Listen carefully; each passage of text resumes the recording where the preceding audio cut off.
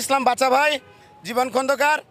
আজ আমরা এখানে এসেছি জুয়েল খন্দকারের বিরুদ্ধে যে মিথ্যা মামলা দায়ের করা হয়েছে দীর্ঘদিন থেকে, তার পিছনে আমাদের একটি অংশ তার পিছনে ষড়যন্ত্রে লিপ্ত আছে। আজ আমরা অত্যন্ত দুঃখের সাথে দেখতে পাচ্ছি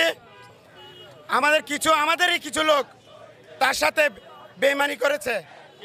আজ আমাদের খেয়াল রাখতে হবে, আজকে জুয়েল চৌধুরীর কালকে আপনারও আসতে পারে। আমাদের যদি এখন থেকে সাবধান না হই তাহলে গোলাম আকবর এবং ফজলে কর্মী জুনিয়র প্রেতাত্মারা আমাদের পিছনে আরো বড় বড় ষড়যন্ত্রে লিপ্ত হবে।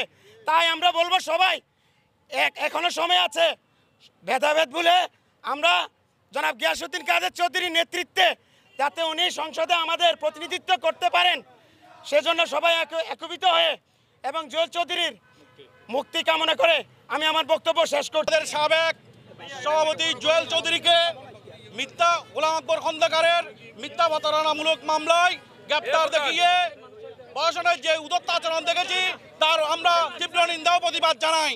মুক্তি চাই, মুক্তি মুক্তি মুক্তি চাই। জুয়েল চৌধুরীর গ্রেফতারের প্রতিবাদে এবং মিথ্যা মামলা দিয়ে সেই জুয়েল চৌধুরীকে কারাগারে নিক্ষেপ করেছে।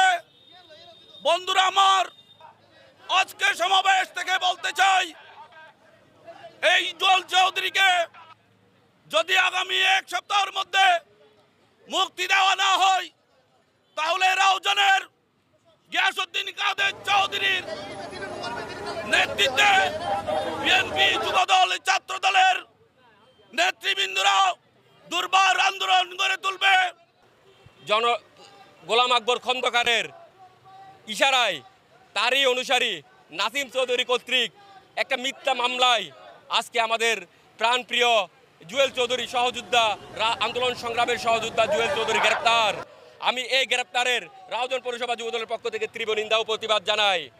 গ্রেপ্তার করানো হয়েছে। আমি এই সমাবেশের মাধ্যমে প্রশাসনকে হুঁশিয়ারি উচ্চারণ করে জানিয়ে দিতে চাই, অনতিবিলম্বে জুয়েল চৌধুরীর মিথ্যা মামলা প্রত্যাহার করুন। আর না হয় এইভাবে রাউজানের প্রতিটা পৌরসভার প্রতিটা ওয়ার্ড এবং রাউজানের প্রতিটা ইউনিয়নে বিক্ষোভ সমাবেশ অনুষ্ঠিত হবে, যে সমাবেশের মাত্রা আপনারা কন্ট্রোল করতে পারবেন না।